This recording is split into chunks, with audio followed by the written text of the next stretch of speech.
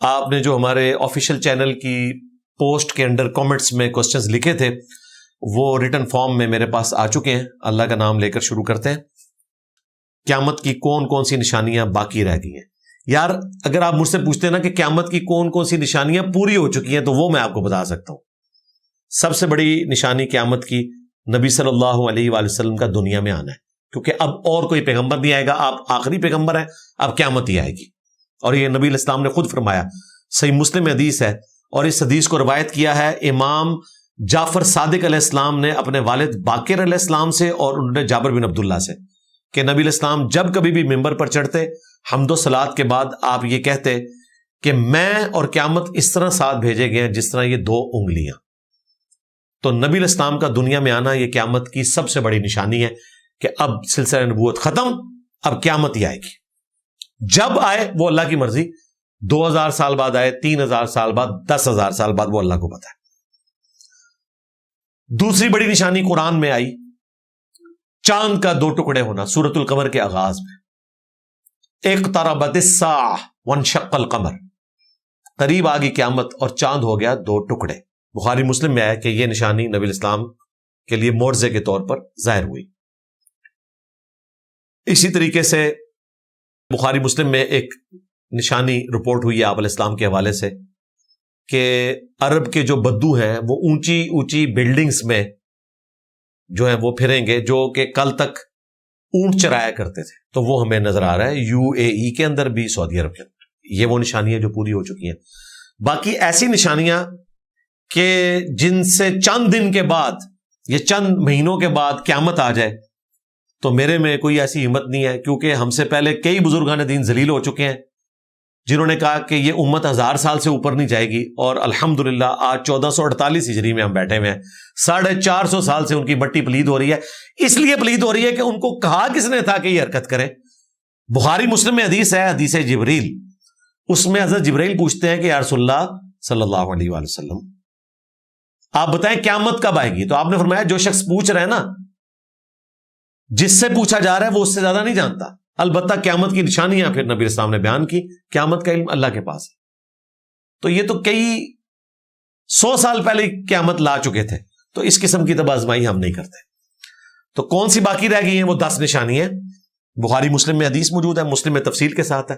سورج کا مغرب سے نکلنا، دابت الارض کا ایک جانور کا نکلنا، دجال کا نکلنا، عیسیٰ ابن مریم کا دنیا میں آنا، یہ وہ نشانی ہے.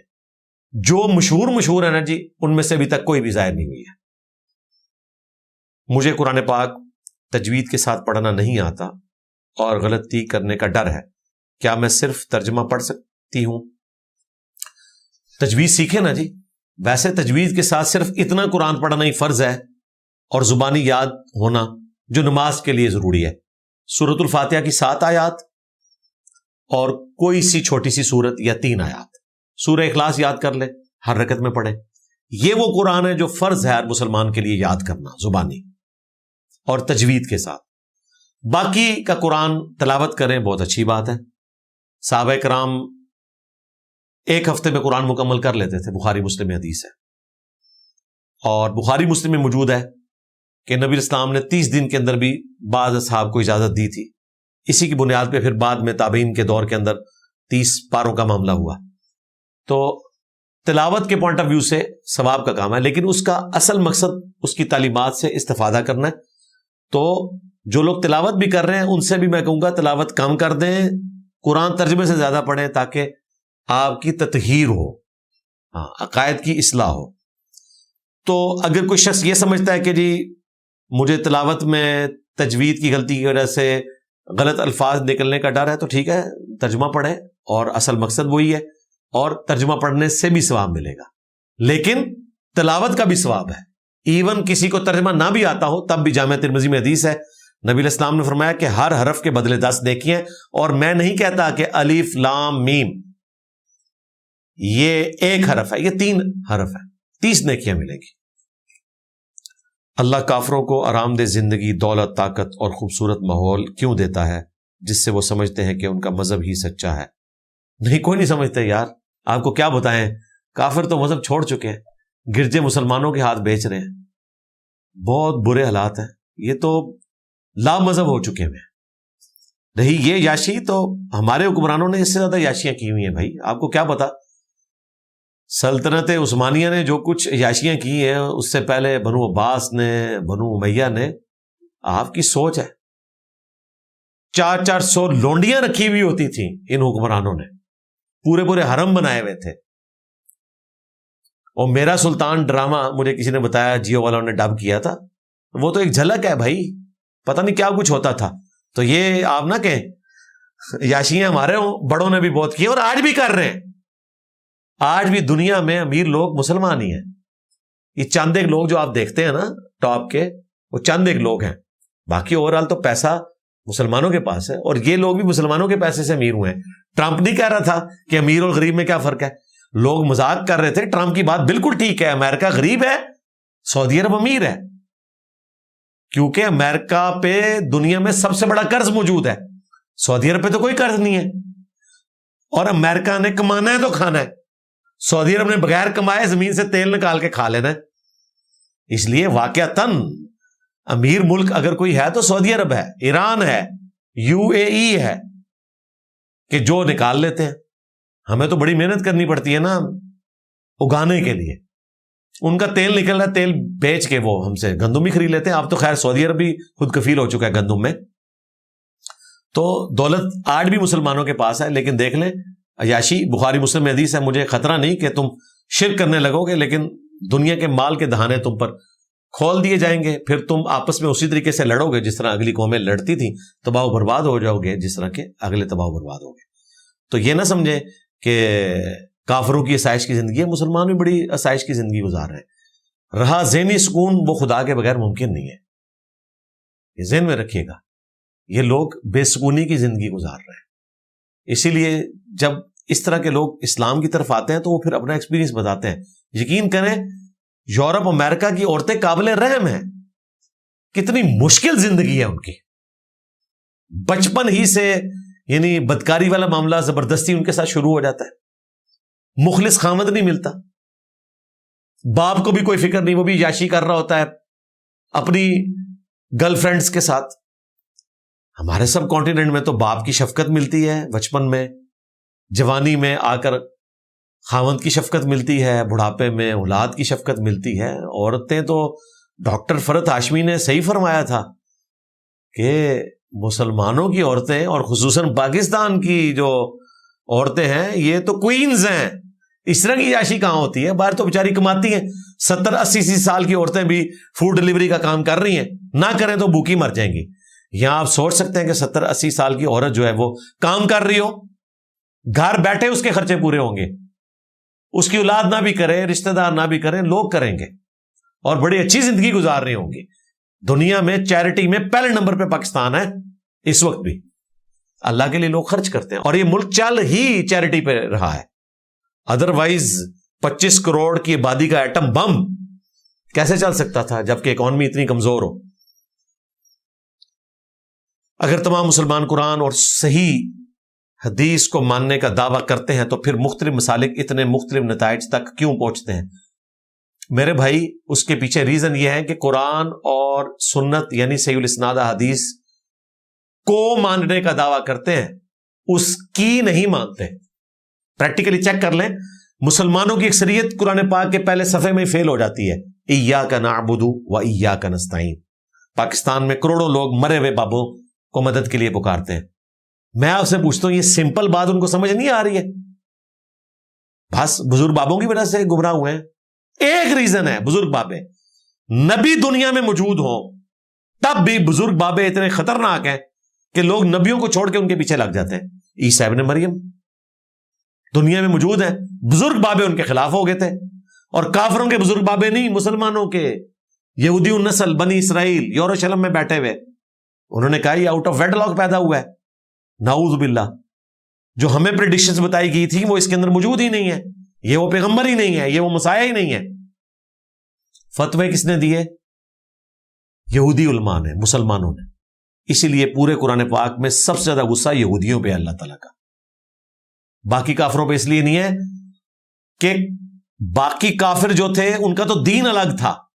پیغمبروں کا انکار کرنا سمجھ آتا ہے حمیت کی وجہ سے، جبکہ عیسیٰ ابن مریم تو خود بنی اسرائیل میں سے آئے تھے اور آئے مسلمانوں کی طرف تھے. یہ واحد پیغمبر ہیں جو مسلمانوں کی طرف آئے. یا ان کو سپورٹو یحییٰ بن زکریا علیہ السلام، جنہوں نے تصدیق کی عیسیٰ ابن مریم کی. باقی پیغمبر تو کافروں کی طرف آتے تھے. جو پیغمبر مسلمانوں کی طرف آیا، مسلمانوں نے ماننے سے انکار کر دیا. اس لیے اللہ کا غصہ بہت زیادہ ہے.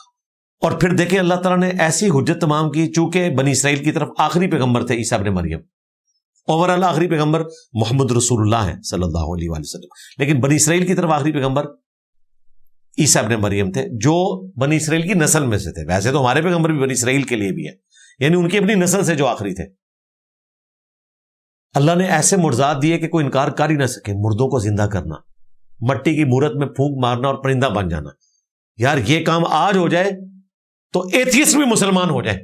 اس لیے میں کہتا ہوں کہ آج معجزات نہیں ہوں گے، کیونکہ پھر امتحان ختم ہو جائے گا، سب لوگ اسلام قبول کر لیں گے، کیونکہ سائنٹیفکلی چیک ہو جائے گا کہ عیسیٰ ابن مریم دھوکہ نہیں کر رہے. کیونکہ جب وہ مٹی کی مورت میں پھونک ماریں گے، پرندہ بنے گی، تو ڈاکٹر اس کا ڈی این اے لیں گے اور چیک کر لیں گے کہ واقعی یہ مٹی جو ہے وہ اینیمل کنگڈم میں بدل گئی ہے. یا عصا کو اجدا بنایا جائے گا تو سائنٹسٹ چیک کر لیں گے کہ پلانٹ کنگڈم اینیمل کنگڈم میں بدل گیا. سب سے پہلے ڈاکٹرز اور سائنٹسٹ سجدے میں گر پڑیں گے. تو باقی سب نے تو ویسے اسلام قبول کر لینا. اس زمانے میں ضد اس لیے ہوتی تھی کہ لوگ کہتے تھے جادو ہے. سائنس نے ترقی نہیں کی ہوئی تھی نا. آج کوئی نہیں کہہ سکتا. آج وہ جادوگر جنہوں نے رسیاں اور لاٹھیاں سانپ دکھائی تھی نا، ہمارے بچے کو بھی نہیں دکھا سکتے. ہمارے بچے فوراً جناب لیزر مار کے چیک کریں گے، ڈاکٹر چیک کریں گے، کہیں گے نظر نہ تو کھائے تھے، کوئی نہیں تھے، صاحب ہی نہیں ہے. ہاں موسیٰ علیہ السلام کا جو اجدا تھا وہ اوریجنل تھا، اس لیے جادوگر فوراً سجدے میں گر پڑے کہ یہ اوریجنل والا آ گیا. تو اس ذہن میں رکھیے گا آج کے معاملات بالکل ڈیفرنٹ ہیں. تو کیا عیسیٰ ابن مریم کو یہودیوں نے مان لیا؟ قتل کے فتوے جاری کر دیے، اور بقول کرسچنز کے تو قتل کر بھی دیا. ہمارے نزدیک اللہ نے اینڈ ٹائم پہ انہیں اٹھایا. اس سے پہلے جتنی ایکٹیویٹیز ہوئی ہیں وہ ہمارے نزدیک بھی ہوئی ہیں. انہیں تکلیفیں دی، قتل کرنے کی کوشش کی، اللہ نے زندہ آسمانوں پہ اٹھا لیا. تو اللہ تعالیٰ کا غصہ ان پہ ایسا ہے کہ آج تک یہودی جو ہیں وہ تختہ مشق بنے ہوئے ہیں اللہ کے عذاب کا. کیوں؟ انہوں نے جرم بہت بڑا کیا، اور ان کی نسلیں آج تک وہی جرم کر رہی ہیں. ہٹلر نے جو ان کے ساتھ کیا ظلم، اس کے بعد ہم ایکسپیکٹ کر رہے تھے کہ یہ سبق سیکھیں گے، لیکن وہی کچھ انہوں نے غزہ کے مسلمانوں کے ساتھ کر دیا. کوئی سبق نہیں سیکھا. ہولوکاسٹ انہوں نے مسلمانوں پہ رپیٹ کر دی. اتنا ظلم کیا. اب ذرا مسلمانوں کی طرف آئیں. اللہ تعالیٰ نے مجھ پہ یہ شرح صدر کیا. جب میں جیل میں تھا، میں عیسیٰ ابن مریم کے بارے میں بہت سوچتا تھا کہ یار یہ کیسے ہو سکتا ہے کہ مسلمان ہوں، ایک پیغمبر کا انتظار کر رہے ہوں. آج آپ ایک لمحے کے لیے سوچیں کہ اگر قرآن و سنت میں موجود ہوتا کہ نبی علیہ السلام 1448 ہجری میں اپنی قبر انور سے باہر نکلیں گے اور مسلمانوں کے پاس فزیکلی آ جائیں گے، تو آپ ذرا دیکھیں ہم ان کا استقبال کیسے کرتے. یہ کیسے ہوا کہ مسلمان جیزس کرائسٹ کے انتظار میں تھے، وہ آئے، ان کو قتل کرنے کے درپے ہو گئے اور ان کے بارے میں ایسے ایسے بہتان باندھے، جبکہ اتنے بڑے معجزات بھی دیکھ لیے. مردوں کا زندہ ہونا، اسی طریقے سے مٹی کی مورت میں پھونک مارنا اور پرندہ ہو جانا، یہ کیسے ہو گیا؟ اس پہ میں تفکر کر رہا تھا. پھر اللہ تعالیٰ نے شرح صدر کیا کہ تم لوگوں نے بھی تو یہی کیا ہے. تمہارے پاس بھی ایک عیسیٰ ابن مریم موجود تھا، تم نے بھی عیسیٰ ابن مریم کے ساتھ وہی کچھ کیا. ہمارا عیسیٰ ابن مریم یہ ہے زندہ کتاب، یہ مسلمانوں کے پاس رسول اللہ کا خلیفہ ہے. ہاں، یہ اللہ نے مجھ پہ شرح صدر کیا ہے. یہودیوں کے لیے جس طرح جیزس کرائسٹ تھے نا، مسلمانوں کے لیے عیسیٰ ابن مریم محمد رسول اللہ کا خلیفہ ہے. قرآن دیکھ لیں، زندہ موجود ہے. پہلے صفحے پہ لکھا ہے ایاک نعبد و ایاک نستعین، لیکن لوگ کہہ رہے ہیں یا معین الدین چشتی پار لگا دے کشتی، یا باول حق بیڑا تک، بری بری سرکار بری کھوٹی قسمت کر دے ہری. لوگ کہہ رہے ہیں ہم نے بھی اپنے عیسیٰ ابن مریم کا انکار کیا ہوا ہے. ابھی وہ عیسیٰ ابن مریم تو دنیا میں آنے ہیں، لیکن یہ ان کے ایکویلنٹ ہمارے پاس کتاب اللہ موجود تھی، ہم نے یہی کچھ کیا. تو آپ قرآن پڑھیں گے آپ کو پتہ چل جائے گا. رہا لوگ کیوں نہیں مان رہے، ہمیں اس سے کوئی لینا دینا نہیں ہے. ہمیں یہ دیکھنا ہے کہ میں نے مانا ہے یا نہیں مانا. لوگوں سے منوانا تو پیغمبروں کا بھی کام نہیں ہے، ان کا کام بھی ہے وما علینا الا البلاغ المبین. بس قرآن میں نبی علیہ السلام کو کئی جگہ پہ کہا گیا فَلَعَلَّكَ بَاخِعٌ نَفْسَكَ عَلَىٰ آثَارِهِمْ إِن لَّمْ يُؤْمِنُوا بِهَٰذَا الْحَدِيثِ أَسَفًا۔ اے نبی اپنے آپ کو اس غم میں ہلاک کر لو گے کہ لوگ اس قرآن پہ ایمان نہیں لا رہے، آپ کا کام صرف دعوت پہنچانا ہے، لہٰذا آپ بھی ٹینشن نہ لیں میرے بھائی، یہ مسئلہ کیوں ہے پتہ چل جائے گا آپ کو کیوں ہے، شیطان کی پیروی کرنے کی وجہ سے، ورنہ حق بالکل واضح ہے الحمدللہ۔ اللہ تعالیٰ کے ایسے 3 اس بات جو ایک ایتھیسٹ کو سوچنے پر مجبور کرتے، 3 کیا، ایک ہی بہت ہے، ایتھیسٹ کو کہ اپنے اوپر ہی غور کر لے، رات کو بے فکر ہو کے کھانا کھا کے سوتا ہے، اپنے معدے کو حکم نہیں دیتا، نہ اس کی کوئی چابی ہے جو وہ آن کرتا ہے، اور معدہ جو ہے وہ تیزاب چھوڑ کے تو اس کے کھانے کو ہضم کر دیتا ہے، اور پھر اس کے بعد گردے کا کام پیشاب کو الگ کرنا ہے، پھیپڑوں کا اپنا کام ہے، صبح اٹھ کے ٹائلٹ جاتے ہو تو ایک دفعہ سوچو کہ تم نے کیا کیا تھا، اور آٹومیٹکلی تمہارا فیول پورا ہو رہا ہے۔ ورنہ ایک بندے کو اگر مشین پہ چڑھایا جائے، آج کی ڈیٹ میں بھی لاکھوں روپیہ چاہیے آپ کو اس کے ڈیلیسس کرنے کے لیے، جتنی دفعہ گردہ کرتا ہے، جی گردہ کرتا ہے 25 دفعہ ڈیلیسس روزانہ، آپ ذرا ایک دفعہ کروائیں تو آپ کو پتہ چل جائے گا 25-30 ہزار روپیہ آپ کا لگ جائے گا، اور اس کو ذرا 25 سے ضرب دیں، اور وہ تکلیف لادہ جو آپ کو کاٹنی پڑتی ہے، اور نہیں کروائیں گے تو یوریا خون میں شامل ہو جائے گی، ڈیتھ ہو جائے گی آپ کی۔ باقی میری ویڈیو دیکھیں where did God come from, اس میں نے الحمدللہ سارے دلائل ذکر کیے۔ میرا ایکسیڈنٹ ہوا تھا جس میں سامنے والا شخص مر گیا لیکن وہ نشے میں تھا، کیا اب بھی مجھے قتل خطا کا کفارہ دینا ہوگا؟ جی قتل خطا کا آپ نے کفارہ دینا ہے، نشے کا یہ مطلب نہیں ہے کہ نشے کی وجہ سے وہ مرا ہے، عین ممکن ہے نشے میں بھی لوگ روٹی کھاتے وقت منہ میں ہی کھانا ڈال رہے ہوتے ہیں، ناک میں کوئی نہیں ڈال رہا ہوتا، یہ ذہن میں رکھیے گا۔ آپ نے شریعت کا حکم پورا کرنا ہے، اس کا آپ نے بلڈ منی والا معاملہ کرنا ہے، یا رشتہ داروں کے ساتھ مل کے اگر کوئی درمیان کا راستہ آپ نکالنا چاہتے ہیں، کچھ رقم لے کر وہ راضی ہو جائیں، وہ ایک الگ بات، اس کی بھی قرآن نے اجازت دی ہے۔ اگر غرور کا پہلو نہ ہو تو ویسے ہی شلوار یا پائنچا ٹخنوں سے نیچے رہ جائے تو گناہ تو نہیں ہوگا؟ ایٹ لیسٹ نماز کی حالت میں مرد کے لیے ضروری ہے کہ وہ ٹخنے ننگے رکھے، وہ ابو داؤد میں حدیث ہے، اللہ تعالیٰ ایسے شخص کی نماز قبول نہیں کرتا جس کا کپڑا ٹخنوں سے نیچے لٹک رہا ہو۔ جراب جو ہے، موزہ جو ہے، وہ بھی ٹخنے نے ڈھانپ لیتی ہے لیکن وہ لٹک نہیں رہی ہوتی، وہ آپ نے چڑھائی ہوتی ہے۔ لٹک سے مراد ہے تہمت، یا ایون کرتا بھی، کرتے کا بھی ذکر آیا ہے ابو داؤد کے اندر، عبداللہ ابن عمر کرتے کو بھی ٹخنوں سے اوپر رکھتے تھے، یہ اتنا لمبا نہ ہو کہ وہ نیچے، یا آپ کی شلوار یا آپ کی پینٹ یا پائجامہ، یہ سارے کے سارے ٹخنوں سے اوپر ہونے چاہیے۔ عام حالت میں بھی مرد کے لیے اس حوالے سے سختی ہے، نماز کے لیے زیادہ سختی ہے۔ رہا آپ کا یہ کہنا کہ اگر تکبر نہ ہو تو بھئی ابو داؤد میں حدیث ہے کہ ٹخنوں سے کپڑا نیچے کرنا ہی تکبر ہے، تکبر نہ بھی ہو تب بھی اس کو تکبر ڈکلیئر کیا گیا۔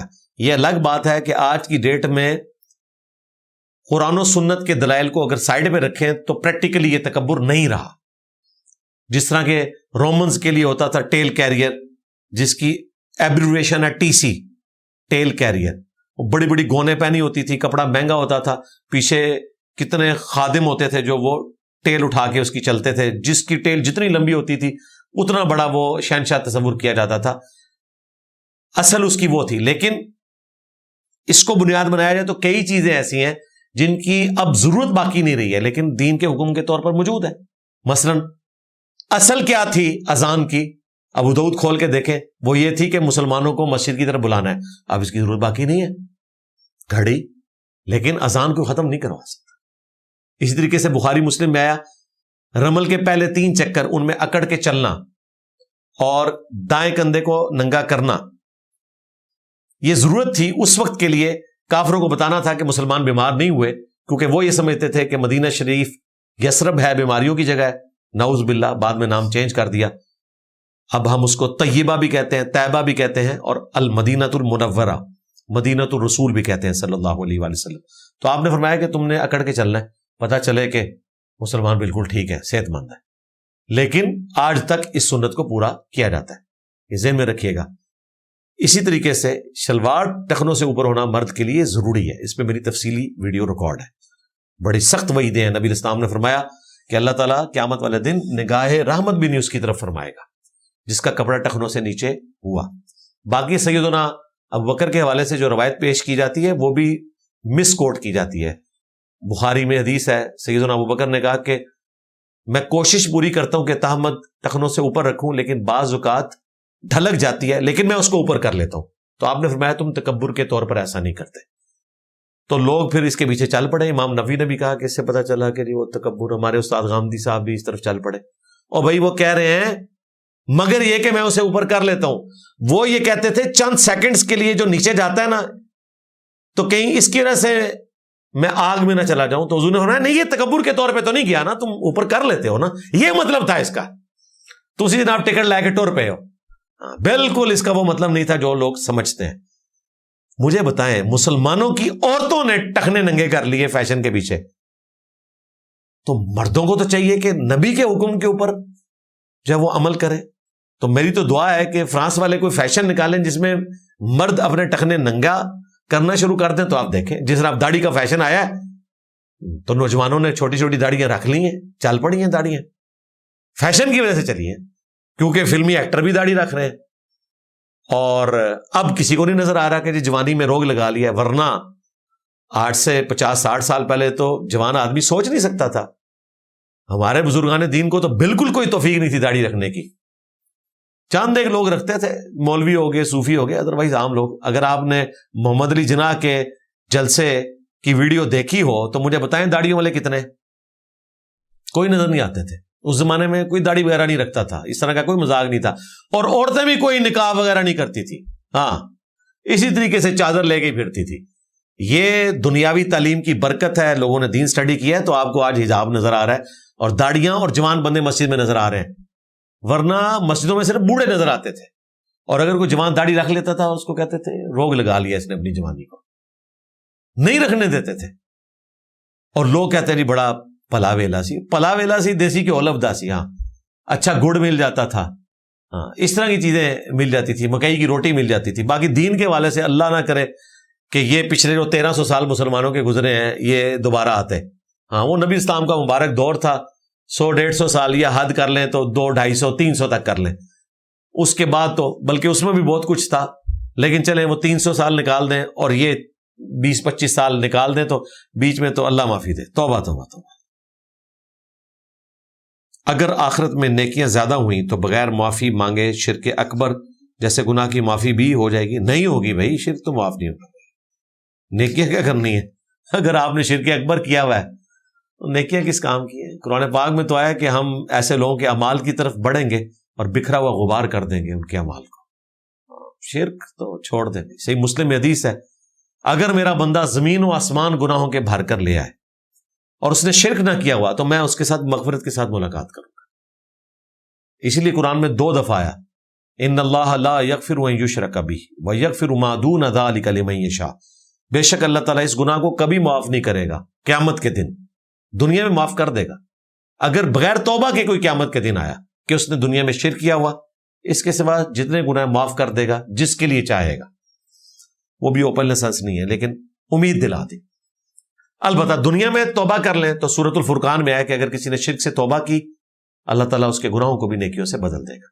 لہذا آخرت میں نیکیوں کی بنیاد کے اوپر شرک کی معافی نہیں ہونے والی۔ ہاں گیون سرکمسٹانسز میں اگر کسی کو کوئی مغالطہ لگ گیا، اوورآل وہ خدا کو مانتا ہوا، کہیں ایک جزوی کوئی معاملہ ڈسٹرب ہو گیا تو پھر اللہ اور اس کے بندے کا معاملہ ہے۔ دنیا میں تو ہم اس طرح کا رسک نہیں لے سکتے کہ آپ کو کوئی امید دلا دے۔ کیا چھوٹی داڑھی رکھ سکتے ہیں اگر گھر والے اس پر راضی ہوں؟ جی چھوٹی رکھیں، بالکل رکھنا تو فرض ہے، چھوٹی رکھنا تو ضروری ہے، اتنی کہ چہرے کی کھال چھپ جائے تاکہ قرآن پاک کا جو حکم ہے اس کی پیروی ہو جائے۔ اس حوالے سے کہ شیطان نے کہا تھا وَلَآمُرَنَّهُمْ فَلَيُغَيِّرُنَّ خَلْقَ اللَّهِ، میں تیری مخلوق کو ابھاروں گا اے اللہ کہ وہ تیری تخلیق کو بدلیں گے۔ مرد کو اللہ نے داڑھی دی ہے، داڑھی منڈانا تخلیق بدلنا ہے، داڑھی رکھنا تخلیق کے مطابق چلنا ہے، فطرت پر ہونا ہے۔ اور صحیح مسلم حدیث ہے 10 چیزیں فطرت میں سے ہیں، ان میں سے ایک داڑھی ہے۔ بخاری مسلم حدیث ہے 5 چیزیں فطرت سے ہیں، ختنہ کرنا، زیر ناف بال کاٹنا، بغلوں کے بال کاٹنا یا صاف کرنا، ناخن کاٹنا اور مونچھیں پست کرنا۔ اچھا دیکھیں، ختنے کو مسلمانی کہتے ہیں، داڑھی رکھنے کو لوگ مسلمانی نہیں کہتے. اور بھائی داڑھی رکھنا بھی اتنی بڑی مسلمانی ہے جتنا ختنہ کرنا. اور وہاں کہتے ہیں بندہ مسلمان نہیں ہوتا. حالانکہ یہ بات بھی غلط ہے, مسلمان ہو جاتا ہے. ایک اللہ کا حکم ہے جس کو آپ نے پورا کرنا ہے. جس حدیث میں فطرت کہا گیا ختنے کروانے کو, ناخن کاٹنے کو, غیر ضروری بال ریموو کرنے کو, اسی میں داڑھی رکھنے کو بھی فطرت کہا گیا, استنجا کرنے کو بھی فطرت کہا گیا, دانت صاف کرنے کو بھی فطرت کہا گیا, ناک صاف کرنے کو بھی فطرت کہا گیا. تو چھوٹی چھوٹی داڑھی رکھیں, ضرور رکھیں. باقی میری تفصیلی ویڈیو دیکھ لیں. برائے کرم مجھے نقاب چہرے کو ڈھانپنے کے بارے میں رہنمائی کریں کیونکہ علماء کی مختلف آراء سے بہت پریشان ہوں. جی پریشانی سے بچنے کا طریقہ یہ ہے کہ آپ نقاب کر لیں, کیونکہ جو کہتے ہیں نا چہرے کا نقاب ضروری نہیں ہے, وہ یہ نہیں کہتے کہ اگر آپ نقاب کریں گی تو آپ گنہگار ہو جائیں گی. لہذا پریشانی سے بچنے کا طریقہ یہی ہے کہ کر لیں, اور اس میں بھی اگر تردد ہے تو آپ میڈیکل ماسک یوز کر لیں. ہمارے نزدیک نقاب کرنا یہ فرض ہے ایک عورت کے لیے. اس پر میری تفصیلی ویڈیوز ریکارڈ ہے. ایپسٹین فائلز کے اوپر میں نے ویڈیو ریکارڈ کروائی تھی, آپ لکھیں اور ساتھ میرا نام لکھیں تو ویڈیو کھل جائے گی. کیا انسان کو اللہ سے محبت ہو سکتی ہے؟ یقیناً اس کوشچن کو میں پازیٹیو ہی لوں گا. یعنی آپ یہ کہنا چاہ رہے ہوں گے کہ کیا واقعتاً وہ جذبات جو انسانوں کے باقی انسانوں کے لیے ہوتے ہیں محبت کے, جس طرح انسان کو اپنے ماں باپ سے محبت ہوتی ہے, بیوی بچوں سے, وہ والا پیشن کیا خدا کے لیے انسان اپنے اندر پیدا کر سکتا ہے؟ جی کر سکتا نہیں ہے, کریں گے تو مسلمان ہوں گے, ادروائز تو آپ کافر ہیں. اس کو ارن کیسے کرنا ہے یہ اصل چیز ہے. تو دیکھیں ہم نے اپنے استاد سے 2019 میں ملاقات ہوئی تھی, جاوید احمد غامدی صاحب سے. وہ میرا کلپ لاکھوں لوگوں نے دیکھا ہے. اللہ تعالیٰ سے متعلق ایک مشکل کوسچن, میں نے ان سے یہی بات کی تھی, اس میں ایک چیز ایڈ کر کے کہ وہ خدا جس نے ہر وقت مجھ پہ یہ تلوار لٹکائی ہوئی ہے کہ اگر تم میرے تابع فرمان نہیں ہوگے تو جہنم میں پھینکوں گا, تو میری تو مجبوری ہے کہ نماز پڑھوں, حرام سے بچوں, ورنہ اس نے مجھے چھوڑنا نہیں ہے. اتنی سختی کرنے والا خدا, اس کے لیے میرے دل میں ڈرنے کا تو جذبہ پیدا ہو سکتا ہے, محبت کا جذبہ کیسے پیدا کروں؟ مشکل کام ہے. ہاں ڈرنا بھی عین ایمان ہے, لیکن محبت کا وہ جذبہ پیدا کرنا جو ہمارا مخلوقات کے لیے ہوتا ہے, یہ آپ نے ارن کرنا ہے. وہ آپ نے کیسے ارن کرنا ہے؟ اس کے جواب میں انہوں نے ایک بات کی, میں نے اس میں ویلیو ایڈیشن کی, اس پہ میری آپ ویڈیو دیکھ لیں. میں خدا سے کیوں محبت کروں, یہ تفصیلاً ہدایہ وکٹری چینل کے اوپر بھی انہوں نے بڑے اچھے طریقے سے اس کو اپلوڈ کیا ہوا ہے. خدا سے میں اس لیے محبت کروں کہ وہ اکیلا تھا, مجھے نہ بھی پیدا کرتا کوئی مسئلہ نہیں تھا, لیکن محض اپنے فضل و کرم سے اس نے پیدا کیا. اس کے بعد اس نے مجھے کہا کہ 50-60 سال کی زندگی مجھے دو, میں تمہیں ہمیشہ کی زندگی دوں گا, اور ایسی زندگی دوں گا جس میں تمہارا حکم اس جنت میں ویسے چلے گا جس طرح میرا کائنات میں حکم چلتا ہے. خالق اور مخلوق کا فرق رہے گا, لیکن وہاں پر تم جو خواہش کرو گے وہ چیز ہو جائے گی. اور یہ کوالٹی اللہ کی ہے, کن فیکون. اور اللہ تعالیٰ اپنی مخلوقات کو جنت میں یہ کوالٹی دے گا.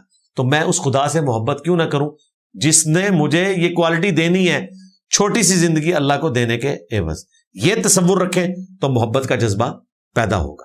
باقی قرآن پاک میں اللہ تعالیٰ نے واضح فرما دیا ہے, وَالَّذِينَ آمَنُوا أَشَدُّ حُبًّا لِلَّهِ, بلکہ اس کا سٹارٹ تو ان الفاظ سے ہوتا ہے وَمِنَ النَّاسِ, اور لوگوں میں ایسے بھی ہیں مَن يَتَّخِذُ مِن دُونِ اللَّهِ أَندَادًا يُحِبُّونَهُمْ كَحُبِّ اللَّهِ, جو اللہ کے سوا اور ہستیوں سے ایسی محبت رکھتے ہیں اور اللہ کے مد مقابل انہوں نے ٹھہرا لیا ہے ان کو جیسی محبت اللہ سے رکھنی چاہیے. وَالَّذِينَ آمَنُوا أَشَدُّ حُبًّا لِلَّهِ, اور اہل ایمان تو شدید ترین محبت اپنے اللہ سے رکھتے ہیں.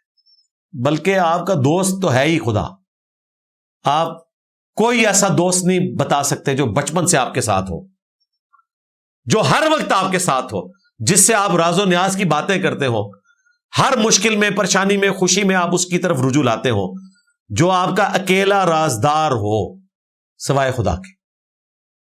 اور وہ پرانا نہیں ہوا, وہ اسی طریقے سے ہے جب آپ چھوٹے سے تھے, آج بھی وہ آپ کے ساتھ ہے.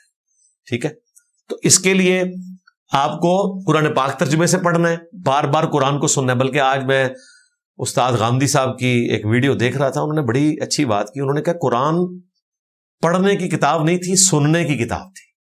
ہاں, یہ اللہ کے خطبات تھے اور خطبہ سنا جاتا ہے.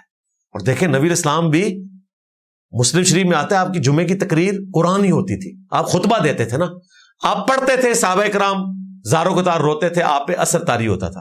وہ کہتے ہیں یہ پڑھنا تو آخری درجہ ہے, اصل یہ ہے کہ قرآن پڑھا جا رہا ہو اور آپ سن رہے ہو.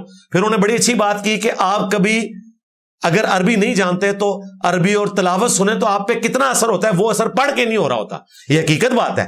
مراج الدین خان کی آواز میں آپ قرآن کا ترجمہ سن رہے ہو, جناب وہ کس طریقے سے پریزنٹ کرتا ہے. تو قرآن سننے کی عادت ڈالیں, یعنی ترجمے کے ساتھ, تو انشاءاللہ تعالی اللہ سے محبت بھی پیدا ہوگی, فکر آخرت بھی آپ کے دل میں پیدا ہوگی انشاءاللہ. بچوں اور بچیوں پر کس عمر میں نماز اور روزہ فرض ہو جاتا ہے؟ دیکھیں نماز کے بارے میں تو ابو داؤد میں حدیث ہے, 7 سال کا ہو بچہ تو اسے حکم دیں, 10 سال کا ہو تو آپ نے سختی کرنی ہے. فرض بلوغت میں ہی ہوگا, وہی آلموسٹ 13 سے 14 سال کی عمر.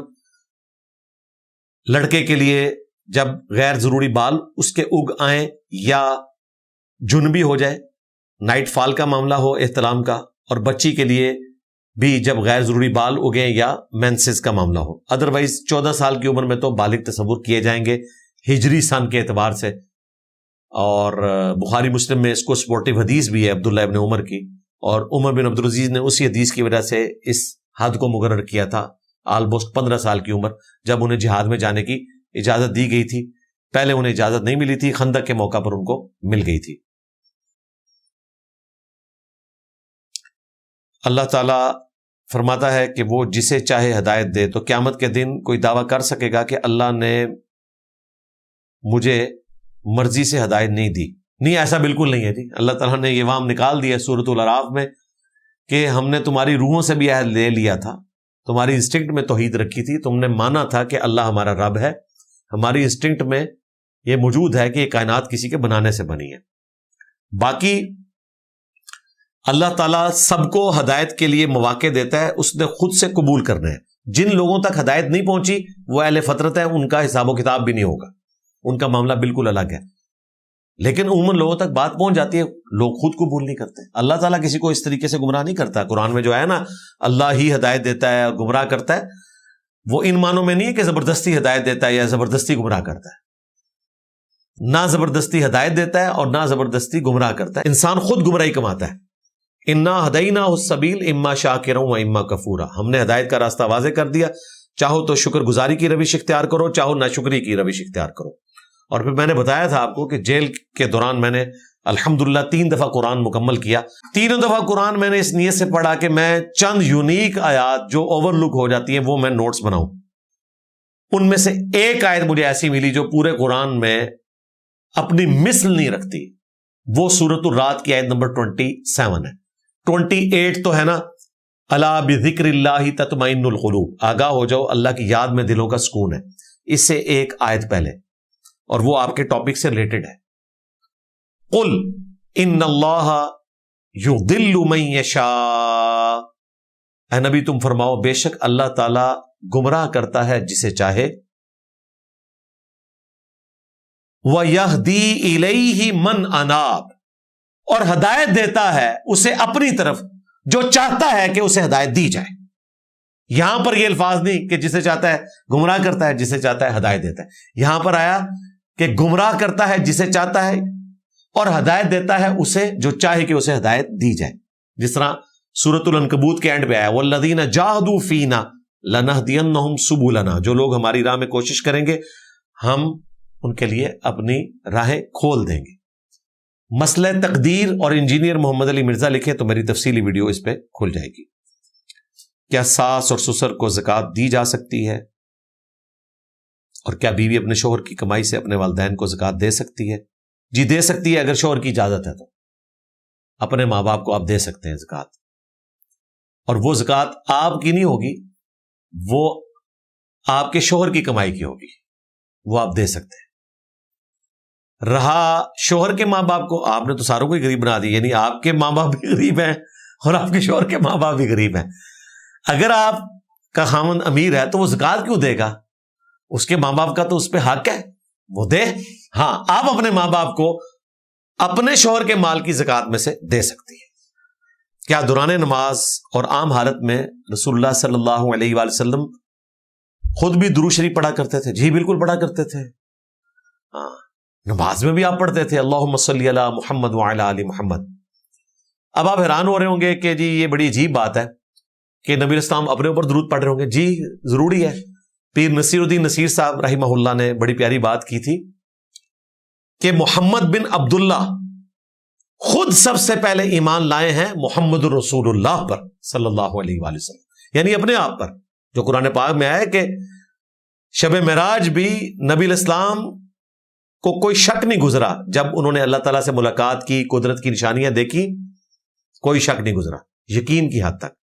دیکھیں آپ کے پاس فرشتہ آیا ہے تو آپ کو یقین آیا کہ میں اللہ کا پیغمبر ہوں، کوئی شک نہیں آپ کو ہوا، تو اللہ تعالیٰ نے آپ کے دل میں یہ یقین رکھ دیا تھا۔ سب سے پہلے نبی الاسلام اپنے اوپر ایمان لائے، اور اس کا ثبوت ہے سورہ البقرہ کی آخری 2 آیات، آمن الرسول بما انزل الیہ من ربہ والمؤمنون، ایمان لائے رسول اللہ اور ان کے ساتھی اس پر جو رسول اللہ کی طرف نازل ہوا۔ نبی الاسلام خود اپنے اوپر بھی ایمان لائے ہیں کہ میں اللہ کا رسول ہوں۔ تو جب آپ ایمان اپنے اوپر لائے ہیں تو درود شریف تو بعد کی چیز ہے۔ تو محمد بن عبداللہ ایمان لائے ہیں محمد رسول اللہ پر۔ محمد بن عبداللہ ایک انسان، اور ایسے انسان کہ انسانیت کو فخر ہے ان پر، لیکن اللہ نے ان کو پیغمبر بنایا تو ان کا وہ منصب تھا جس منصب پر وہ خود بھی ایمان لے کر آئے، تو درود شریف بھی پڑھتے تھے یقین، اس میں تو کوئی دوسری رائے نہیں ہے۔ کیا کسی کے سر سے مرچیں وار کر آگ میں ڈالنے سے واقعی نظر بد کا علاج ہو جاتا ہے؟ واللہ عالم، جی ہمیں نہیں پتا ایسا کیوں کرتے ہیں۔ بہرحال اگر کسی معاملے میں کوئی شرک کا اندیشہ نہ ہو تو اس طرح کی کوئی ایکٹیویٹی پرفارم کرنا علاج کے طور پر وہ درست ہے۔ صحیح مسلم میں حدیث ہے کہ اپنے زمانے جاہلیت کے دم مجھ پر پیش کرو، اگر ان میں کوئی شرکی الفاظ نہیں تو ان کو جاری رکھو۔ اس کے تحت اگر آپ کوئی اس طرح کی ایکٹیویٹی پرفارم کرتے ہیں جو کسی کی مذہبی ایکٹیویٹی نہ ہو، اس میں شرک نہ ہو، تو آپ کر سکتے ہیں۔ تو میرے نزدیک تو اگر کوئی یہ مرچیں وار کے پھینکتا ہے، اگر تو یہ کوئی ہندوؤں کی کوئی ایکٹیویٹی، کوئی مذہبی جس طرح وہ آگ کے گرد چکر لگوا رہے ہوتے ہیں اس کے ساتھ ریلیٹڈ ہے، پھر تو بھائی یہ کام آپ نہ کریں۔ ویسے آپ نے کرنا ہے تو آپ ضرور کریں، اس سے بھی آسان وظیفہ ہے، دادا صاحب کی گھوڑی، وہ بھی موجود ہے، لیکن اس میں شرک کا اندیشہ ہے، اس لیے یہ مرچوں والا کام جو ہے نا، اگر اس میں کوئی شرکی ایکٹیویٹی پیچھے انوالو نہیں ہے تو یہ میں شرط لگا رہا ہوں۔ بلکہ اس میں ایڈ بھی کر دیتا ہوں کہ نظر بد سے بچنے کے لیے آخری 3 صورتوں کا دم ڈالا کریں۔ وہ میں نے بتایا ابو داؤد میں، ترمذی میں، بلکہ بخاری مسلم میں بھی احادیث موجود ہیں۔ پچھلے دنوں میں نے شیطان کے ٹاپک پہ تفصیلی ویڈیو ریکارڈ کروائی، جب وہ جمرات کے اوپر جا کے وسیم اکرم صاحب نے بالنگ کی تھی، اس پہ میری تفصیلی ویڈیو ریکارڈ ہے۔ اگر عورت کے پہلے شوہر سے بیٹی ہو تو کیا وہ دوسرے شوہر کی محرم ہوگی؟ جی بالکل محرم ہوگی۔ سورۃ النساء کی آیت نمبر 23 میں جو محرمات ابدیہ آئے ہیں ان میں یہ بھی موجود ہے، بالکل محرم ہوگی، اور وہ باپ ہوگا، والد تو نہیں ہو سکتا، ظاہر ہے باپ ہوگا۔ البتہ نئے شوہر کی جو پچھلی بیوی سے اولاد ہے اس کے لیے وہ نامحرم ہے، لہذا اس شوہر کی پچھلی بیوی سے اگر کوئی لڑکا موجود ہے تو اس کی نئی بیوی کی وہ لڑکی جو اس کے پرانے شوہر سے ہے اس کے ساتھ نکاح ہو سکتا ہے، یہ ذہن میں رکھیے گا۔ یعنی دونوں کے ماں باپ کامن ہے، اس کے باوجود شادی ہو رہی ہے اس لیے کہ وہ ماں باپ ہیں، والد والدہ کامن نہیں ہے۔ والد یا والدہ میں سے ایک بھی کامن ہو گیا، اگرچہ رضاعت کے رشتے میں ہو گیا، نکاح نہیں ہو سکتا۔ رضاعت کا رشتہ کیا ہے؟ دودھ کا رشتہ۔ بخاری مسلم میں حدیث ہے کہ جس طرح رشتے نسب کے ذریعے حرمت والے ہوتے ہیں، دودھ سے بھی ہو جاتے ہیں، اور دودھ بھی ایک دفعہ پینے سے نہیں، صحیح مسلم میں آیا 5 مختلف اوقات میں دودھ پینے سے۔ حنفی کہتے ہیں ایک دفعہ پینے سے ہی ہوتا ہے، بہرحال ہمارے نزدیک چونکہ حدیث میں 5 دفعہ کا ذکر آیا صحیح مسلم میں، لہٰذا 5 دفعہ مختلف اوقات میں پینے سے ہی رشتہ اسٹیبلش ہوگا، 5 سے کم دفعہ میں نہیں ہوگا۔ اگر آپ بدقسمتی سے حنفی ہیں تو پھر ہو جائے گا، پھر ہم سے نہ یہ مسئلہ پوچھا کریں، لوگ پوچھ رہے ہوتے ہیں تو حنفی پوچھیں گے تو بھائی سب سے پہلے آپ کو حنفیت سے توبہ کرنی ہوگی۔ رشتے کے چکر میں وقتی طور پہ آپ کتاب و سنت میں آئیں، جس طرح کہ اہل حدیث کرتے ہیں، فتوے دے دیتے ہیں اور واپس نکل کے دروازے پہ ہی اہل حدیثوں کو گالیاں نکال رہے ہوتے ہیں. صرف زنانی دے چکر ہی جو آرامے دا فتوا لے کے 3 طلاق والا ٹر پیندے نے. 3 طلاق اسٹیبلش ہو جائیں گی ہمارے نزدیک. اہل حدیث کا مسئلہ بالکل غلط ہے اس حوالے سے. تو شیعہ کے ہاں بھی 5 مختلف اوقات میں دودھ پینے سے رضاعت اسٹیبلش ہوگی. میں دبئی میں اپنی بیوی کے ساتھ رہتا ہوں لیکن میرے والدین پاکستان میں چاہتے ہیں کہ میں اپنی بیوی کو ان کی خدمت کے لیے بھیج دوں. اچھا مالی تعاون بھیجنے کے باوجود وہ ناخوش ہیں, مجھے کیا کرنا چاہیے؟ ماں باپ کو اپنے پاس بلا لیں جی. ہاں, اس بکری کو ذبح نہ کروائیں جی. ہاں, شیروں کے آگے نہ پھینکیں, مہربانی کریں. وہ اپنی زندگی گزار چکے ہیں. باقی بہن بھائیوں کو کہیں نا خدمت کریں, آپ نہ اس طرح کریں بھائی. اگر نہیں مان رہے تو بھائی ان کا قصور ہے, آپ ان کو اپنے پاس بلا لیں. آپ کے پاس رائٹ ہے کہ آپ نے ان کی مالی مدد کرنی ہے, اور اگر ان کے پاس کوئی خدمت کے لیے نہیں ہے تو کوئی ان کو خدمت کے لیے رکھ کے دے دیں. لیکن اپنی فیملی کو برباد نہ کریں. وہ تو اپنی زندگی گزار چکے ہیں, آپ کی زندگی کو برباد کر رہے ہیں. ہم یقین مانیں ہماری اولاد کی شادیاں نہیں ہوئی ہیں, اس کے باوجود ہم اپنے آپ کو پہلے ہی ریٹائر کر چکے ہوئے ہیں. ٹھیک ہے, بس ایک اچھے طریقے سے گزارا کر رہے ہیں کہ ٹھیک ہے زندگی گزارنے کا حق دیں آپ اپنی اولاد کو. میرے والد کہتے ہیں کہ دین صرف علماء کا کام ہے, یا تو تم خود عربی سیکھو. میں کیا جواب دوں؟ ان کو بتائیں جی علماء کا ہی کام ہے. بالکل, علماء نے چونکہ کام کرنا چھوڑ دیا, کسی نے تو کرنا ہے نا بھائی. اگر امام مسجد میں نہ آئے تو کیا اس دن فجر کی نماز کی جماعت نہیں ہوگی؟ مقتدیوں میں سے کوئی آگے جائے گا. اسی طریقے سے ہوگا نا. تو علماء نے کام کرنا چھوڑ دیا. باقی ہم کبھی نہیں کہتے کہ علماء کا دامن آپ چھوڑیں. میں جو آج سارے فرقوں کے علماء پر مسلط ہوا ہوں تو علماء کی خدمت کی وجہ سے ہوں. میں نے بخاری مسلم کا کوئی ترجمہ نہیں کیا, قرآن کا ترجمہ نہیں کیا ہوا, میں نے علماء سے استفادہ کیا. رہا عربی سیکھ کر, عربی آپ سیکھ بھی لیں تب بھی انہوں نے کہنا ترجمہ ہم بریلوی کا مانیں گے, ہم تھانوی کا مانیں گے, تیرا کیوں مانے؟ تو عربی آپ شوق سے سیکھیں, لیکن اس کو سیکھے بغیر بھی آپ نے ترجمہ بزرگوں کا ہی فالو کرنا ہے. اس کی وجہ یہ ہے کہ جن کو آپ نے قرآن و سنت کی طرف بلانا ہے وہ آپ کا ترجمہ نہیں مانیں گے. اینڈ رزلٹ یہ ہے کہ عربی سیکھ کے بھی انہوں نے نہیں ماننا. تو بھائی آپ پہلے ہی اپنی ایفرٹ پٹ کریں کہ جو کام ہوا ہے اس سے استفادہ کریں اور لوگوں تک احمد بریلوی کا ترجمہ پہنچائیں. ایاک نعبد و ایاک نستعین, اے اللہ تجھی کو پوجیں, تجھی سے مدد چاہیں. اور پھر کہیں گے اعلیٰ حضرت دیکھیں ترجمہ ٹھیک کر کے گئے ہیں لیکن عقیدہ غلط بتا کے آپ کو گئے. تو آپ لوگوں کے تراجم بتائیں. باقی ڈگریوں کی اوقات تو کھل چکی ہے. ہم پہلے ہی کہتے تھے بریلویوں کی ڈگری دیوبندیوں کے نزدیک کوئی نہیں ہے. مفتی اعظم ہونا بریلویوں کا دیوبندیوں کے نزدیک مشرک ہے, اور دیوبندیوں کا مفتی اعظم بریلویوں کے عام بندے کے نزدیک گستاخ رسول ہے. لو سامو. اور پریکٹیکلی اس دور میں حالیہ اتنا بڑا واقعہ ہوا ہے. سید سلمان حسینی ندوی اتنے بڑے عالم دین, ان سے زیادہ عربی کسی کو نہیں آتی تھی, حدیث کا علم کسی کو نہیں تھا, اور اللہ تعالیٰ نے ان کی تقریر میں کیا سہار رکھا ہوا تھا. دیوبند کے عالم دین تھے, دیوبندیوں نے ان کے لیے دعائے مغفرت بھی نہیں کی کہ جی گمراہ ہو گیا تھا صرف ماموں کے اختلاف کی وجہ سے. جو بندہ پوری زندگی ابو بکر عمر عثمان کا دفاع کرتا رہا, سیدہ عائشہ کا دفاع کرتا رہا, جس نے ایران میں جا کر تہران میں خلفائے ثلاثہ کی شان میں لیکچر دیا سیدہ عائشہ کی شان میں, اس کو کہتے ہیں رافضی. وہ تو ہم نے بتایا رافضیوں کا باپ جو ہے وہ وہی ہے جس کے لیے تم اتنی عزت کا درجہ رکھتے ہو. اللہ کرے کہ کوئی اور ایشو نہ ہو تو انشاءاللہ تعالی نیکسٹ جو اتوار آنے والی ہے نا 12 جولائی 2026, تو انشاءاللہ تعالی میں اس کو ٹاپک بنانے والا ہوں. ہاں, آپ کے جو حضرت معاویہ اعظم صاحب ہیں حافظہ اللہ تعالی, جو ان کی پوڈ کاسٹ ڈیلیٹ کروا دی یوٹیوب نے, تو اس پوڈ کاسٹ کی میں نے انشاءاللہ انجینئرنگ کرنی ہے. تو میں نے تو اپنا لیکچر تیار کر کے رکھا ہوا ہے.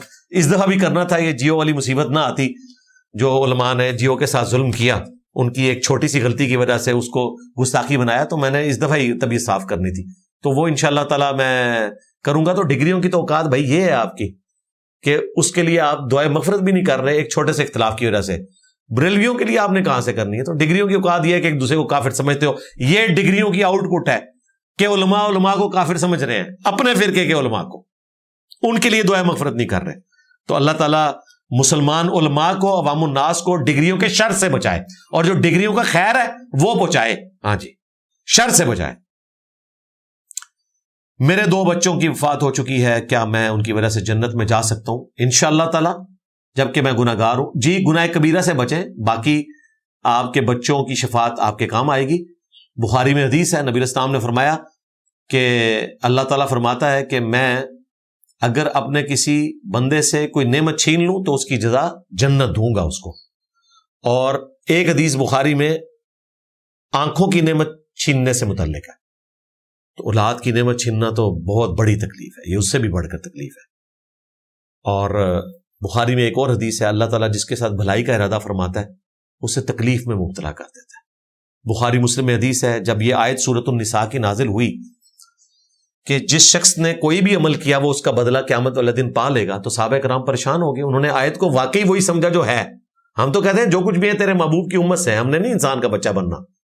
صحابہ کرام جو محبوب کی امت نہیں، محبوب کے ساتھی تھے، پریشان ہو گئے۔ یا رسول اللہ، بخاری مسلم کے الفاظ ہیں، قرآن میں تو آیت نازل ہو گئی ہے کہ جس نے کوئی بھی عمل کیا وہ بدلہ پا لے گا، تو چھوٹے موٹے گناہ تو سب سے ہو جاتے ہیں، تو ہمارا کیا بنے گا؟ تو آپ نے فرمایا مسلمان کو کوئی بھی دکھ، درد، تکلیف یا اندیشہ پہنچتا ہے، حتیٰ کہ اس کے پاؤں میں کانٹا بھی چبھ جائے، دیکھنے کو یہ چھوٹا سا تکلیف کا معاملہ ہے، اس کے بدلے بھی اللہ تعالیٰ اس کے گناہوں کو معاف فرما دیتا ہے۔ لہٰذا ہماری تکلیفیں ہمارے گناہوں کا کفارہ ہیں۔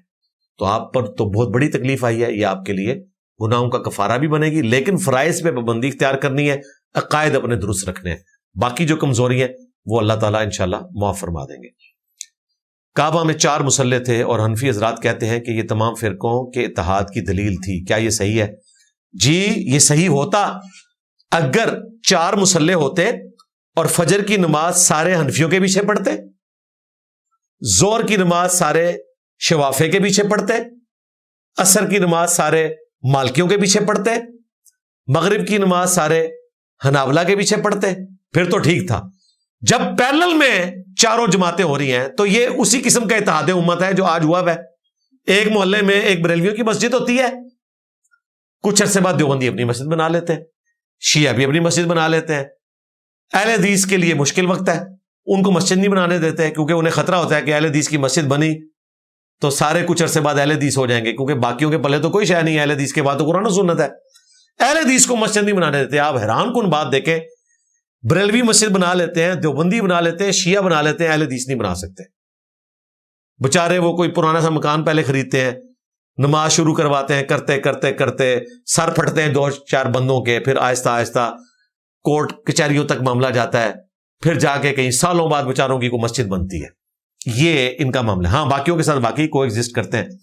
تو یہ اتحاد امت کی اگر دلیل ہے تو پھر مان لو، پھر بریلوی دیوبندی شیعہ بھی اتحاد ہوا ہوا ہے، اور بعض جگہ پہ اہل حدیث کا بھی اتحاد ہوا ہے۔ تو اتحاد نہیں ہوا بھائی، انہوں نے یعنی اپنے حصے بانٹ لیے ہوئے تھے کہ ٹھیک ہے ساروں کی دمیں کٹتے ہیں۔ اتحاد امت ہوتا تو ایک دوسرے کے پیچھے نماز پڑھتے، 4 پیرلل میں مصلے نہ ہوتے۔ اللہ کا شکر ہے یہ ماضی کی باتیں ہیں، اللہ تعالیٰ نے اس فتنے سے نجات دی، جان چھوٹی اڑنی تھوڑے مسئلے دوبارہ آندے، کیونکہ بریلوی دیوبندی 2 ہو گئے ننفی، اور تیسرے بھی آئے ہیں ویسے قادیانی، لیکن وہ پاکستان کے آئین میں کافر ہیں، ہمارے نزدیک بھی کافر ہیں، ورنہ ڈیمانڈ وہ بھی کر سکتے ہیں۔ ڈر کے روی اترا ہو۔ جب میں جوان تھا تو میں نماز بہت اچھے طریقے سے پڑھتا تھا، بوڑھا ہو گیا ہوں، نماز اچھے طریقے سے نہیں پڑھی جاتی، کیا صحابہ کرام کے ساتھ بھی ایسا ہی ہوتا تھا؟ جی ایسا ہی ہوتا تھا، ان بیچاروں کے ساتھ تو بہت کچھ ہوا ہے بھائی، وہ تو بیچارے مسجد میں جانا چھوڑ گئے تھے بنو امیہ کی وجہ سے، نمازیں لیٹ کروا دیتے تھے، بیچارے گھروں میں پڑھ لیتے تھے، پھر ان کے ڈر کی وجہ سے مسجد میں بھی جا کے ان کے پیچھے نفل پڑھ لیتے تھے۔ یہ تو ایک دردناک چیپٹر ہے، یہ بخاری، مسلم، سنن نسائی میں موجود ہیں حدیثیں، ہم نے کئی دفعہ کور کی ہیں۔ بہرحال بڑھاپے کی وجہ سے بھی ہو جاتا تھا، گھروں میں نماز پڑھتے تھے آخری وقت کے اندر، تو اس میں کوئی گلٹ نہیں انسان کو ہونا چاہیے، اللہ تعالیٰ کی طرف سے۔ بخاری میں حدیث ہے، جب انسان بیمار ہوتا ہے تو اللہ تعالیٰ فرشتوں سے فرماتا ہے کہ میرے بندے کا وہی عمل لکھو جو یہ صحت کے دنوں میں کرتا تھا، اگرچہ آج ویسے نہیں کر پا رہا، لیکن اللہ تعالیٰ کتنا قدر شناس ہے۔ اللہ اکبر کبیرہ والحمد للہ کثیرہ وسبحان اللہ بکرۃ واصیلا۔ اللہ تعالیٰ فرشتوں سے کہتا ہے اسے میں نے تکلیف میں مبتلا کیا ہے، اس وجہ سے اب یہ اس طریقے سے نہیں کر سک رہا، لیکن جب یہ اس طریقے سے اچھے اعمال کرتا تھا نا، وہی والے اعمال لکھو، کیونکہ میں نے اسے تکلیف میں ڈالا ہے۔ تو آپ کے لیے بھی خوشخبری ہے کہ آپ پر یہ اللہ تعالیٰ کی طرف سے حالات آئے ہیں، تو جو آپ اچھے طریقے سے نماز پڑھتے تھے آپ کے لیے وہی ثواب لکھا جائے گا. اور یہ حدیث بخاری شریف کے اندر موجود ہے. علی بھائی، جیسا کہ قرآن میں اللہ نے فرمایا کہ ہم نے 7 آسمان بنائے، تو کیا 7 زمینیں بھی ہیں؟ جی، اس کا ذکر بھی اشارتاً موجود ہے، لیکن یہ متشابہات ہیں، ان کی تفصیلات میں ہم نہیں پڑھتے. اگرچہ مجھے بہت کچھ پتا ہے، لیکن چونکہ میرے پاس واضح دلائل نہیں ہے، لہٰذا میں اس قسم کی توازمائی نہیں کروں گا. وطر میں قنوت وطر کی جگہ کوئی اور دعا مانگ سکتے ہیں. جب تک قنوت وطر کی دعا یاد نہیں تو آپ اور دعا مانگیں. ربنا آتینا فی الدنیا حسنہ وفی الآخرۃ حسنہ وقینا عذاب النار. یہ پرفیکٹ دعا ہے. لوگ کہتے ہیں 3 دفعہ کل پڑھ لیں، یہ بات غلط ہے. آپ دعا مانگیں، دعا کی جگہ دعا مانگیں تو ٹھیک ہے.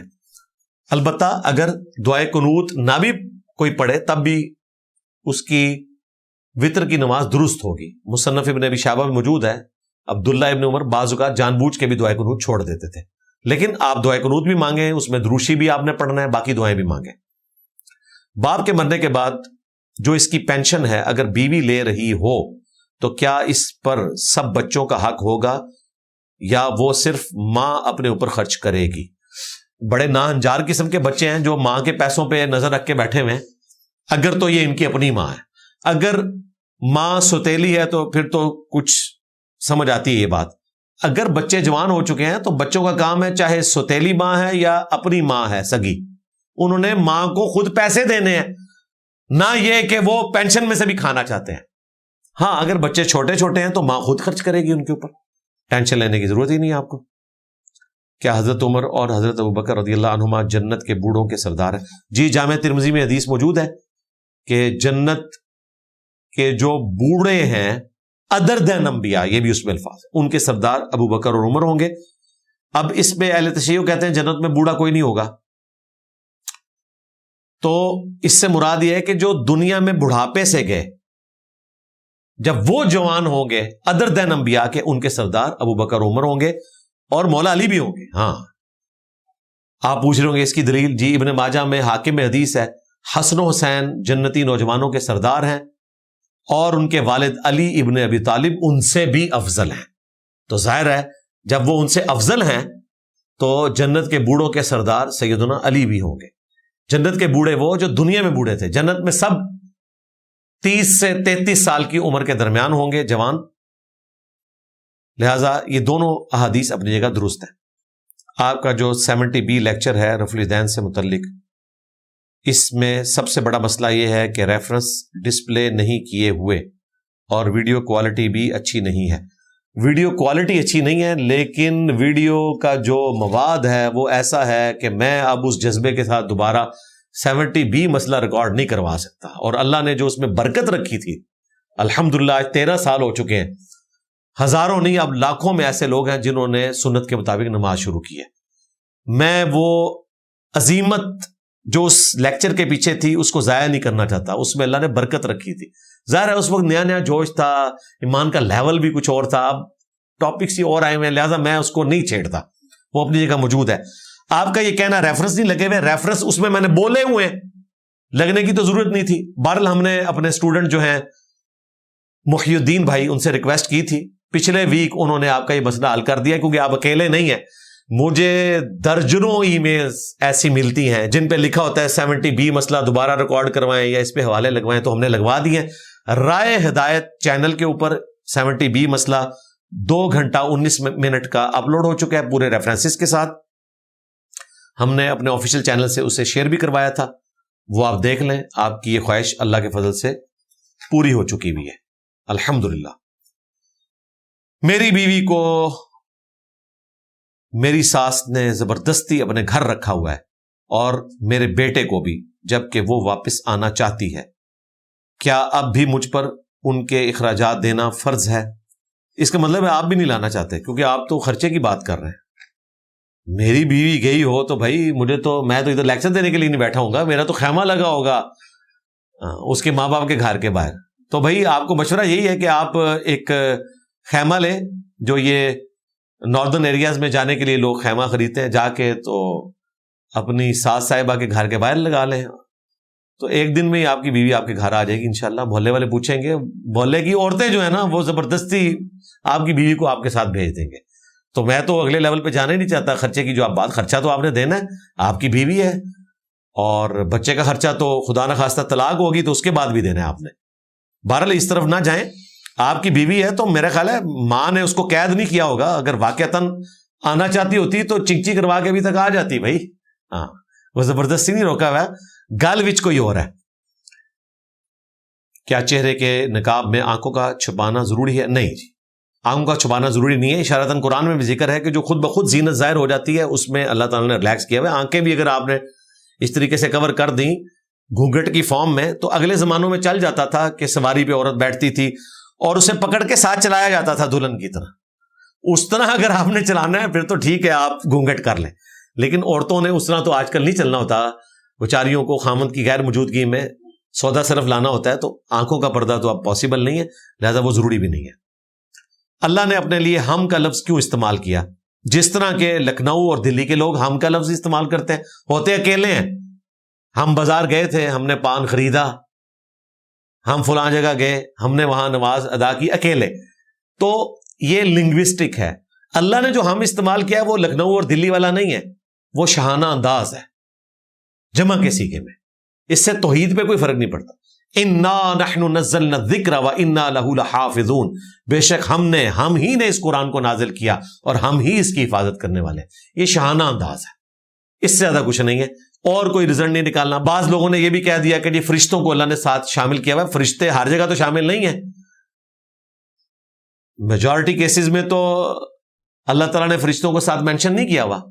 اور فرشتے بھی کیا ہیں, وہ بیچارے بھی ڈیوٹی کر رہے ہیں, اس سے زیادہ کچھ نہیں ہے. اللہ تعالیٰ کا امر کن نہ ہو تو وہ کچھ نہیں کر سکتے. اور جو وہ کر بھی رہے ہیں وہ ڈیوٹی بھی پرفیکشن کے ساتھ وہ اس لیول پہ پورا نہیں کر سکتے اللہ تعالیٰ کی مشیت کے بغیر. جس طرح ریاکاری ہے, مسلم شریف میں حدیث ہے نا, قیامت والے دن ایک سخی کو, ایک شہید کو اور ایک عالم کو اٹھایا جائے گا. فرشتوں نے تو اس کو شہید بھی لکھا ہے, سخی بھی لکھا ہے, عالم بھی لکھا ہے, لیکن اللہ تعالیٰ فرمائے گا یہ سب کچھ ریاکاری کے طور پر ہوا. شہید سے اللہ پوچھے گا تو نے میرے لیے کیا کیا؟ کہے گا یا اللہ جان تھی نا قیمتی, دے دی. فرمایا اس لیے دی کہ لوگ تجھے شہید کہیں, بہادر کہیں, اور دنیا میں تیری تعریف کی گئی. میرے ہاں اب کوئی اجر نہیں, او نہ منہ کر کے جہنم میں. سخی کہے گا یا اللہ کوئی موقع نہیں ہوتا تھا کہ اپیل ہو اور میں نہ دوں, بلکہ آج کی ڈیٹ میں نے تو وضو خانے پہ اپنے نام کی تختی بھی لگوائی ہوئی تھی, ایک ایک چیز پہ تختیاں لگوائی تھی, افتتاح میں نے کیے ہوئے تھے. اللہ تعالیٰ فرمائے گا اسی لیے یہ سب کچھ ہوا تھا اور تمہیں دنیا میں اجر مل چکا, آج میرے ہاں تمہارے لیے اجر نہیں ہے. فرشتوں نے لکھا ہوا ہے سخی اور قرآن کا عالم. دیکھو علماء کی شامت ہر جگہ آ جاتی. کہتے ہیں جی نہیں, کہتے ہیں مولویوں نے رگڑا لگے ہے مسلم شریف. عالم کہے گا میرا تو اوڑھنا بچھونا ہی قرآن تھا. آپ تو یہ بھی نہیں کہہ سکتے, آپ تو کہیں گے میرا اوڑھنا بچھونا جو ہے وہ سیف الملوک تھی. آپ تو ہمارے مصباحی صاحب نے بھی کہہ دیا, چمی ہے ان کے لیے, کہ ہم رمضان میں سیف الملوک پڑھ رہے ہوتے ہیں, حالانکہ رمضان میں تو قرآن نازل ہوا ہے, کم از کم رمضان میں تو قرآن پڑھا کرو. چمی ہے جی مصباحی صاحب کے لیے, کافی تبدیلی آئی ہے. بہرحال جب وہ عالم یہ کہے گا تو اللہ تعالیٰ فرمائے گا تجھے دنیا میں انعام مل چکا, تو نے تو اپنی واہ واہ کے لیے کیا. دنیا میں تیرے نام کی اتنی بڑی تختیاں بھی لگتی تھیں, اشتہاروں پہ بھی لکھا ہوتا تھا استاد العلماء, مفسر قرآن, شیخ الحدیث, ایسے ایسے القابات کہ القاب بھی شرما رہے ہوتے ہیں کہ کس بندے کے ساتھ اٹیچ ہو گئے. تو دنیا میں اجر مل چکا, اونا منہ کر کے جہنم میں.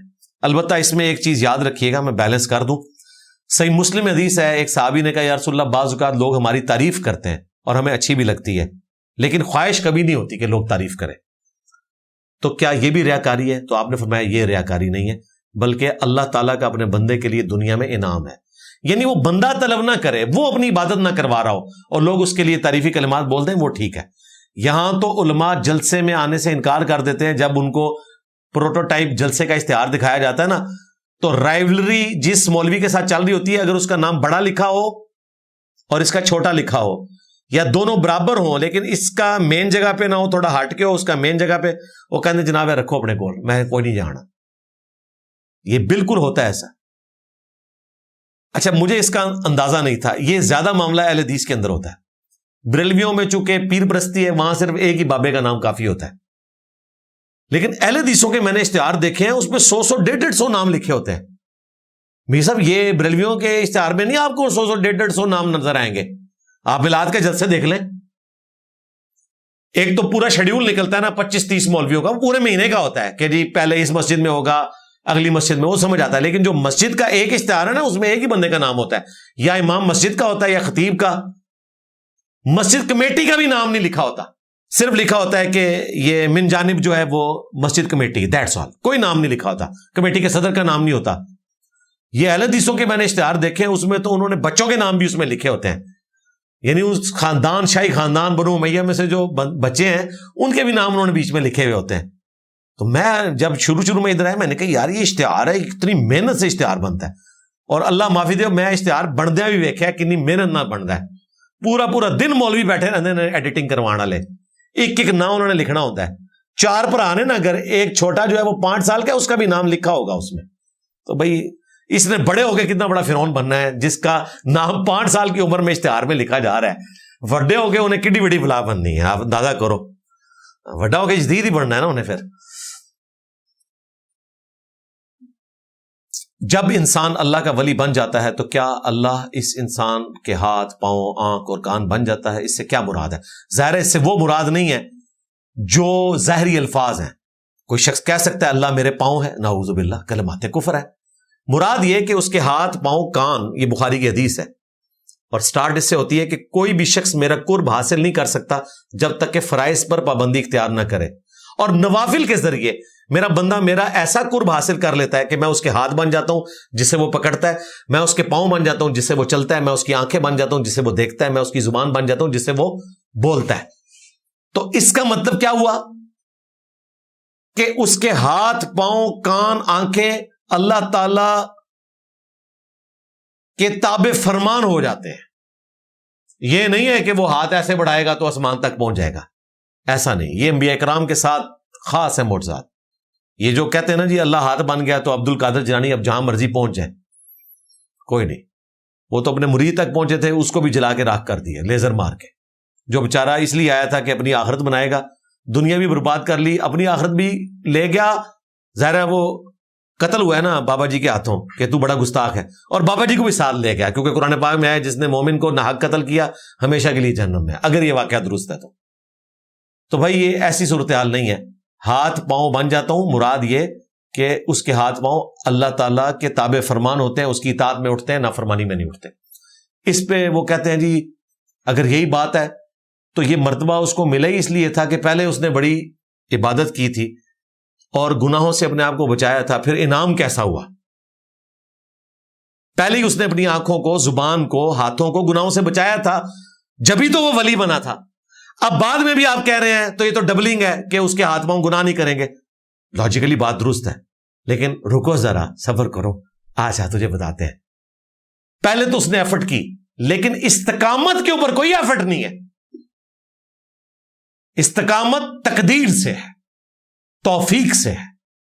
یہ ذہن میں رکھیے گا. آپ جتنی مرضی کوشش کر لیں، جب تک اللہ کی رحمت شامل ہار نہ ہو آپ کبھی بھی استقامت نہیں اختیار کر سکتے. اس کا ثبوت یہ ہے کہ حضور کے کئی ساتھی، بخاری مسلم میں آیا، جو فتح مکہ کے موقع پر مسلمان ہوئے تھے گروہ در گروہ، آپ کی وفات کے بعد مرتد ہو کے مرے ہیں.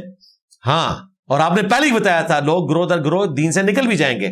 سنن دارمی میں المستدرک الحاکم میں حدیث موجود ہے، اور انہی کے بارے میں بخاری مسلم میں ہے کہ میں کہوں گا اصحابی اصحابی، حوض کوثر پہ آئیں گے، پہچان لوں گا، کہوں گا میرے ساتھی ہیں. بتایا جائے گا آپ کے بعد دین سے الٹے قدم پھر کے تھے. پھر حضور کہتے ہیں میں کہوں گا سحقن سحقن لمن غیر بعدی، سحقن سحقن لمن بدل بعدی. ان کو مجھ سے دور کر دو جنہوں نے میرے بعد میرے دین کو بدل دیا. تو بڑا کریٹیکل معاملہ ہے. یہ لوگ کون ہیں؟ بخاری میں موجود ہے 3447 نمبر حدیث. ابن عباس کہتے ہیں یہ وہ لوگ ہیں جو سیدنا ابوبکر کے زمانے میں مرتد ہو گئے. کوئی منکرین زکوٰۃ کے ساتھ مل کے راہ حق سے ہٹ گیا، کوئی مسلمہ کذاب کے ساتھ مل کے. اس سے مراد نعوذ باللہ حضور کے اپنے ساتھی نہیں ہیں 1,00,000 کے قریب، جو جانثار وفات کے بعد بھی مرتے دم تک ایمان پر قائم رہے. یہ وہ ہزاروں لوگ ہیں جنہوں نے رسول اللہ کو نبی کے طور پر نہیں، قریش کے ایک سردار کے غلبے کے طور پر، بادشاہ کے طور پر اس وقت ایکسپٹ کر لیا تھا. ان میں سے کئی لوگوں کو ایمان پھر پکا نصیب بھی ہو گیا. انیشلی تو اذا جاء نصر اللہ والفتح تھا نا، کہ سب کے سب لوگ جو ہے وہ داخل ہو رہے ہیں دین میں. ظاہر ہے نہ ہوتے تو قتل ہوتے. پھر 23 سال کے بعد عذاب تو آنا تھا نا. سورہ توبہ میں آیا تھا کہ 4 مہینے کا ٹائم ہے، اب تو قتل کیے جائیں گے نبی کا انکار کرنے کے سبب.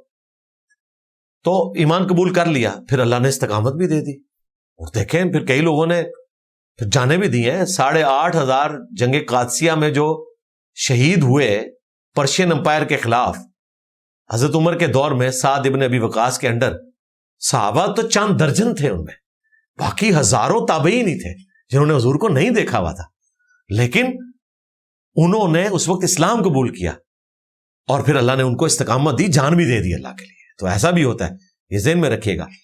تو یہ جو ہے نا ہاتھ مان جاتا ہوں پاؤں مان جاتا ہوں، یعنی انیشلی تو کوشش کرتا ہے بندہ، اس کے بعد اللہ تعالیٰ اس کو توفیق بھی دے دیتا ہے. باقی کوئی نہیں کہہ سکتا کہ اللہ تعالیٰ بندے میں حلول کر گیا، یا کوئی کہے کہ میرے پاؤں جو ہے وہ اللہ ہے. یہ مطلب بیان کرنا بالکل غلط ہے. دعا صرف اللہ ہی سے. ریسرچ پیپر میں نے اس حدیث کو بریف کیا ہے بخاری کی، اور اپنے لیکچر میں بھی بریف کیا ہے. میرا ایک لیکچر ہے توحید سے متعلق 10 دھوکے، اس میں نے اس کو بھی ڈسکس کیا ہوا ہے. میرا خیال ہے آج کے لیے اتنا ہی کافی ہے. ابھی بھی کچھ کوسچنز باقی ہیں لیکن انشاءاللہ اگلی دفعہ کر لیں گے. سبحانک اللہم و بحمدک، اشہد ان لا الہ الا انت، استغفرک و اتوب الیک، وما علینا الا البلاغ المبین. جزاکم اللہ خیرا.